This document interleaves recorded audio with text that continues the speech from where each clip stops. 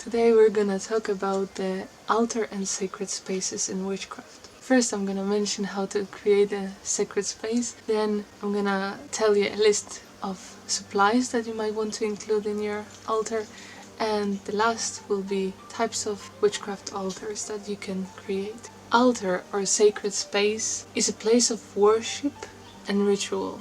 It is a place that you feel safe and secure and confident to perform your magic. It might be a corner in your room, or a desktop, or a table, or whatever flat surface that you want to use for practicing magic.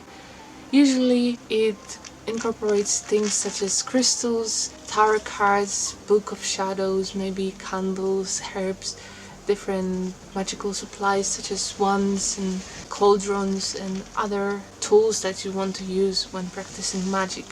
Altar comes from religious terminology. It is present in Christianity, Hinduism, Buddhism, as well as various pagan traditions and witchcraft. How to create a sacred space, aka altar. First you want to choose your space. In some traditions it is common to face your altar east, in other it is the north corner of your room. When you have your chosen space, it is important to cleanse all the surroundings, the counter, as well as all the items that you want to put on it. You can use various methods of cleansing such as water, smoke, spray, or even music and crystals.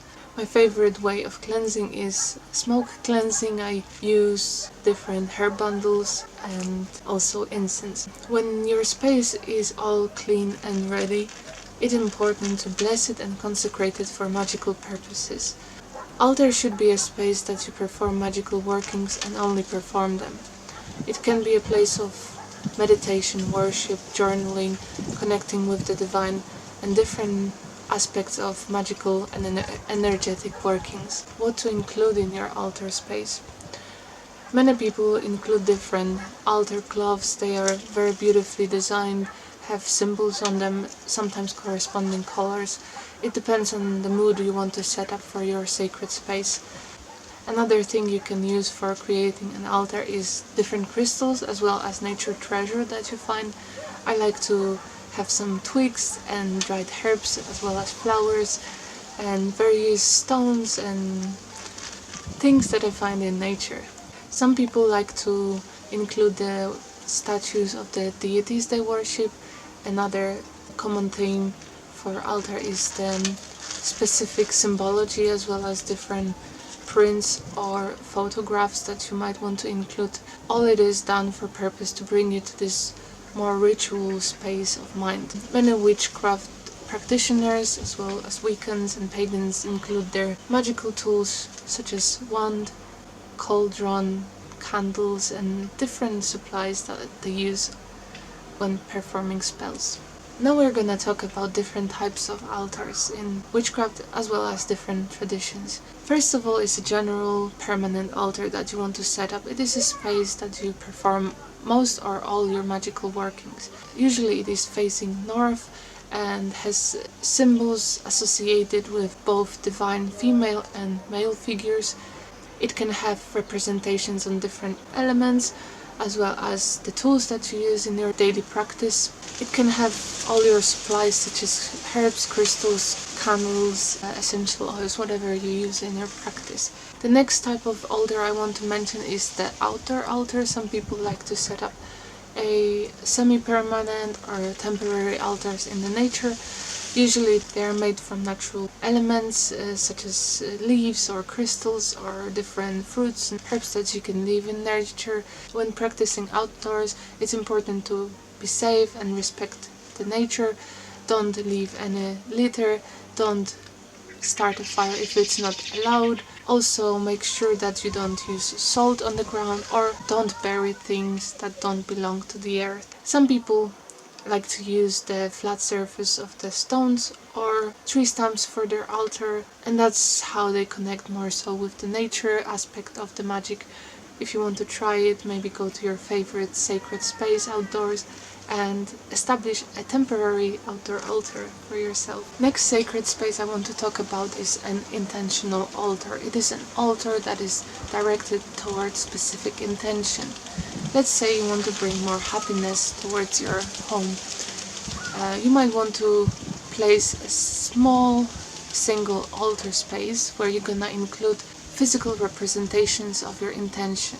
When it comes to happiness, I would include colors such as yellow, gold, symbols of the sun, yellow and orange flowers, citron, pyrite, different scents, oranges.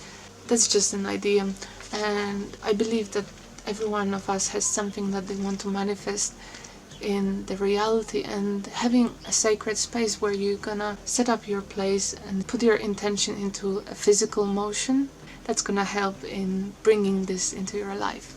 The next altar I have on the list is a devotional altar. It is the altar that connects you with the divine. You might want to include a specific god or a specific pantheon that you work with. Some people like to use statues, others want to include offerings and different elements that represent these gods or goddesses or deities. It is a practice that is common within different religions as well. People worship the saints or different avatars and representation of gods. It is a place to communicate with your deities and meditate on connecting with them. The next type of altar I want to cover is a seasonal altar. It is an altar that you set up for a specific Sabbath or a season, for example a winter altar or Lita. You can include correspondences for this season as well as color palette and aesthetic, different offerings for the nature spirits, and you might also want to decorate your permanent altar with seasonal changes. Another type of altar is an ancestral altar, and it is very common in certain practices. Some people like to worship and give thanks to their ancestors.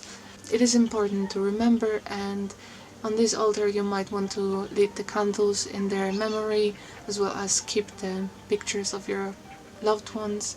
Keep them in mind, giving them energetic attention and love. The next altar we have here, a travel altar. It is a small box usually, or a bag that you keep on hand when you're traveling. It is a small representation of your bigger space if you have one, and it can include things such as an altar cloth, different crystals or herbs that you like to work with, maybe some of your tools or essential oils.